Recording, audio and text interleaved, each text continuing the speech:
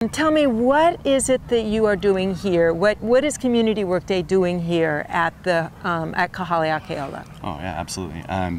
This is a great resource for the community. There's so many people that are housed here that are going through transitions, finding their way from being homeless to working back into having a home and cooking their own food and working through the process that it would take to be independent again. And right.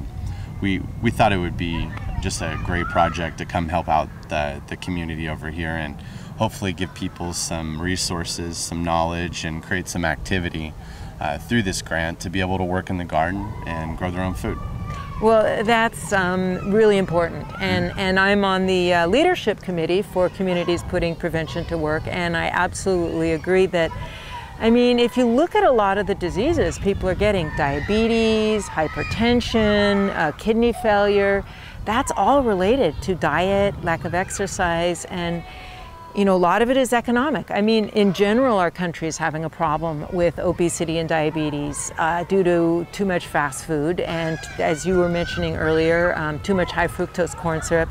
But then when you get into poverty, it gets even worse. Yeah, absolutely. The opportunity to get a $1 cheeseburger from a fast food restaurant it's easier to do. Your food's ready for you. It tastes good.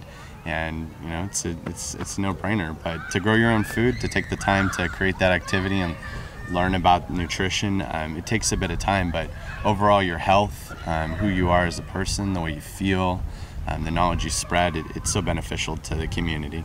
It's something that we've grown out of in our generation. Yeah. So Matt, you were telling me that getting the resources for this garden has been a challenge. Oh, absolutely. With any project and any grant, being part of the community, getting granted resources and different things involves community partnerships to help match the funds of the grant to be able to really make it an achievable, large-scale garden. So one of our toughest things in Maui is soil. We don't have rich European soils that grow European foods, which most people are used to eating. So for us to be able to grow in sandy soils that lack certain nutrients, we have to make an effort to reach out to the community to get good, viable, nutrient-rich soil.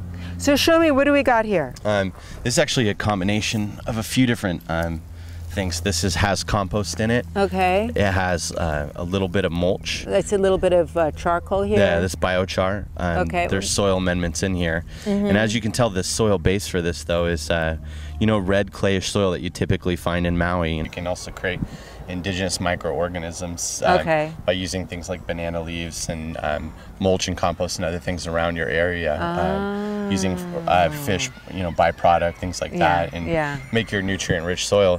It takes a while. You can't just expect to put a garden in the ground and for the soil to be perfect for you to grow in. It takes years of development, and it's very much part of the process. So, just getting the soil in a site that's sandy and starting to amend it and going through that process is part of the whole, spectrum of creating gardens. So, Well, wonderful. I think it's awesome what you're doing here. And I came to, you had the initial installation Community Work Day. That was really fun. There was tons of people. And I think it was showing that people, all the volunteers, they care about planting, they care about gardening, and they also care about the people here. It was their way of giving love to the people by saying, we want you to be healthier. We want you to have these opportunities for empowerment, nutritional empowerment. Absolutely. And within one workday, we were able to create all of this, with community members, and this is quite a big space, and you can think of the abundance of food it will be able to produce. So we're actually very fortunate living in Maui that there's so many people that want to help this process. Great. Well, thank you so much. You're welcome very Matt, much. Thank you. Hi. So why don't you tell the camera why you are making blueprints? We're making blueprints to help our school look better and help our environment better, and hopefully once our school does it, all the other schools in Maui and Hawaii will do it. That's a very excellent motivation and an excellent plan. So you would like the schools to be more beautiful in Hawaii? Yeah, and all around the state and all around the U.S. And all around the world? Yeah. More beautiful schools everywhere? Yeah. so then we don't feel bad about our school. So then people would come to our school and not be like, ugh. So is it kind of embarrassing when people come to your school and it's like, ugh? A little bit, because it's like our school is a great school, but no one really notices that because of the dirt and how our school looks right now. So, but it's a great school. It's awesome. It's awesome. It's awesome. It's awesome. Okay. So tell me, what is your motivation for doing blueprints and for doing school gardens? For being in student council, like something that we want to improve is our school pride. Yeah. And I think the appearance would help because, you know, like even out here we're going to do like a refuge over there, and right now it's just dirt. Yeah. And I think that having green grass at least, you know, and some colorful flowers will get our pride up. Yeah. And the appearance of the school. Exactly. Yeah. And when you say refuge, what kind of refuge? Well, there was a layout of it, and there's going to be like a gazebo and some benches, and there's kind of like levels of boulders, so it kind of looks like big stairs. But yeah, it'll be nice. So more like, at first I thought you meant like a wildlife refuge, but you meant more like a refuge for students to have a calm when they're feeling like stressed or working too hard or have a problem. They can go and just relax and calm down. Hang out with friends in a quiet way. Well, that's an excellent idea. Mm-hmm. Yeah. But if we put flowers, it'll make it look better. And like we're more of a family. More of a family. More of a family. And do any of you, what about the aspect that the food is edible, that it's going to be including, I guess you're doing landscaping, prettiness, but also what do you think about the idea of growing vegetables? I think we're going to do a tree orchard where we're going to grow mangoes and papayas, and then up in the back of the school where no one really is, we're going to do do a beehive to make our own honey. And so we're going to use some of the food and hopefully make papaya and mango bread and stuff like that, banana bread, and use all the stuff that we have instead of buying it. I think that us doing having our own grown food is also a really big part of it. So, yeah.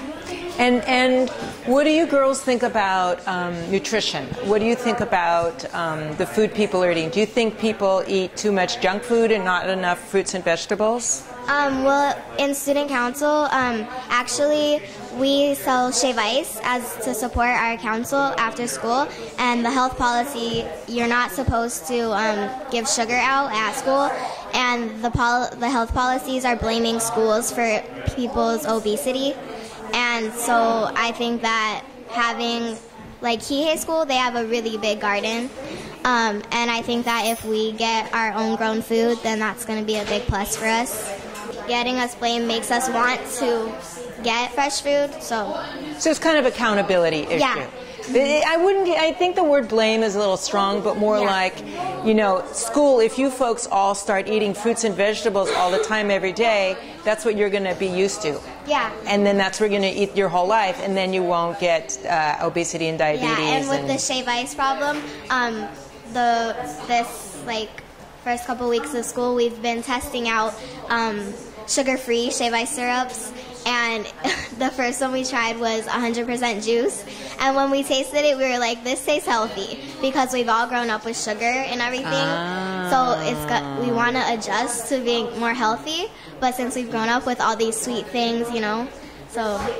And that's an excellent point you're making. And when you say grown up, you're all kind of in the process of growing up. So you haven't yes, you have habits and what you're used to, but you don't have 40, 30, 50 years of habits. You're still in the easier to change. But that's an excellent point, that you're used to eating so much sugar, and that the juice one, you're kind of but it's just a habit. And then after a while, if you taste, for me, if I taste the sugar, I go, ugh, so it's all what you're used to. Yeah, I think she's right too, because I love candy, but then my mom always she feeds us a lot of healthy things, so it's it's half-half from here. Like, I'm used to healthy things and they taste good, but then when I like to eat sugar too because it's fun. So then you'll have more choices. So that then as you grow up, you'll get to decide, and it won't be such a big strain as people who don't have any taste at all for super healthy food. Yeah. So at least you'll you're be able to have. Yeah. Then you can make that choice. Okay. So let's zoom in on the blueprints. So this is the beginning of our school where this fence is, and right here are our first portables, and we're hoping to put palm trees all up in here and like benches and grass, so it's nice and shady for kids to hang out after school. Then here's our entrance, and there's the office, and we're hoping to put nice big trees and grass and shade areas. This is going to be our final for the science fair. And so we each did an individual rough draft, and then we're going to combine our ideas and put it onto a bigger piece of paper. Great idea. Yeah, and then we're going to show it to Neo, and he's going to actually do some of it. So okay, wonderful. So it's a collaboration between students, community workday workers. Yeah, definitely. And then are you going to have like volunteers from the community also come? I hope so. Yeah. Yeah. Great. Okay, thank you. Okay, so we're at Lokelani Intermediate School, and I'm a student here, and I'm going to ask some of my classmates about their final draft that they're drawing. So, did the process of planning these gardens involve more work than you anticipated? Yes. You want to tell us why? I would say yes, because as you can see, the monkey pods are like making our campus a little bit dirty in the front when you drive in the driveway, and then after that there's a little bit more right over here by the new park, and then we can like exchange them for cocoa trees so they can help the soil grow more nutrients for other plants to grow.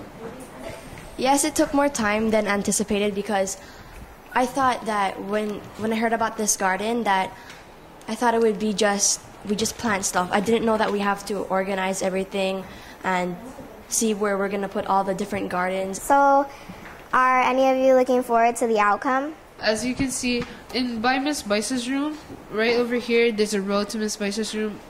We're gonna make like a nursery for other plants to grow, and if we can like make our Lokelani sign over there because it's a large space and there's mostly only grass and weeds, and we can take that out. I'm looking forward to this school garden because we want to go green. Our school wants to go green, and we want to have a better environment. We want to recycle more. We want to plant everything, and the nursery will help because we will have these seeds growing, and then we'll plant them into the ground. In the future, when we're out of this school and different students are coming here, they can have a better experience here than we did because they'll have more plants to grow, fresh fruit, fresh vegetables and everything.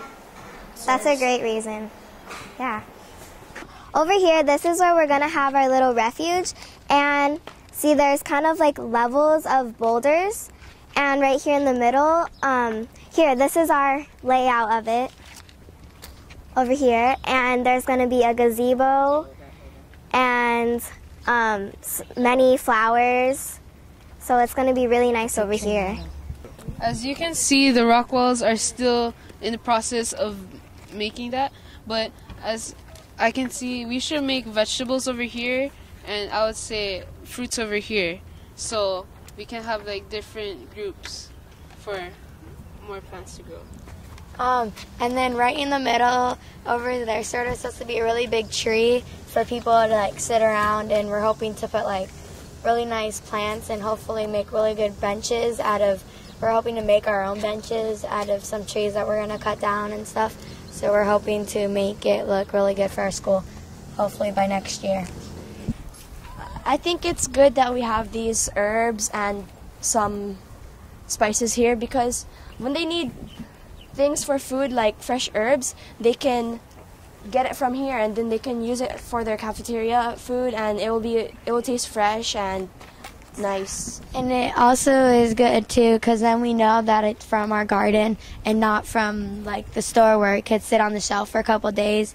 At least we know it's fresh, and then it makes us feel good about our school that we use our own ingredients. So Auntie Patty, I remember talking to you several months back, and you were saying, I wish we could have a garden. Yes, and we're starting to get one. So you're pretty excited. Yeah, we're looking forward to seeing the rock walls come in and get it all done. And what, as the cafeteria manager, do you feel, why are you so excited about a garden? First of all, for the students to learn more about where the food really comes from, where to grow it, to produce it themselves. And that way that they can learn more about the healthy choices and and where to get what they really need in the future. So actually I met a 5-year-old who said that no, McDonald's makes the burgers. It's not from cows. McDonald's makes them. So you want to change that perception. Yes. I've also asked students where things came from, and they were telling me milk came from the store. So, it's a definite thing that they need to learn more about. Well, thank you so much. And thank you for your support of the project all along. Oh, very welcome. For me, like, the phrase, life is about the journey, not the destination, I think that with the garden too, like right now, I think that we're all enjoying doing this for our school, and it's about working together and with our creativity and all that. So I think that this phrase kind of works with what we're doing. We're going to make an irrigation system so they can grow. Yeah, my dad ended up donating his watering system he invented. It's called the aqua feeder. Then we will be coming to help when they need help. So this is our assembly field where we do welcome back assemblies and then other special ones. And I think we do have some ideas for this field. All around right here, the 8th graders are going to plant the 3 sisters. Yeah, I think it's a really good idea for the 8th grade garden to be here, because they get better access because their rooms are facing this way, and they can just come out of their rooms whenever they want to plant and just come downstairs and start planting their seeds and everything, so they have better access. And now we're going to introduce Mr. Neal, and he's the project manager for us. Great. Thanks for having me out today. So the kids have some really great ideas, especially this 3 Sisters garden they're talking about installing right out here. I think that's a really fantastic idea, and I think you're very correct that doing gardens where kids are going to walk by every day and have easy access to them makes the gardens really sustainable. I think having a garden would be special for us because we could be responsible for it. So I'm not sure if all you guys have heard yet, but Kumu'au and some of the other teachers, along with Mr. Yaney, are going to be helping the students create and install an aquaponics system in the caged area here. That would include raising some fish, and the fish water feeds the plants that'll be growing in some styrofoam or might be embedded in some rocks. So that's going to be a really fun system, and maybe you guys can ask them about, before that gets installed, using it for growing starts and plants and other things. And like so taro and stuff. That's something that's going to be happening here with the Hawaiian Studies area, and I think the fish pond will be fertilizing the plants that'll be growing in the hydroponic water, and I think that'll drain into the kalo field and the sweet potatoes over here. So that's something to look forward to.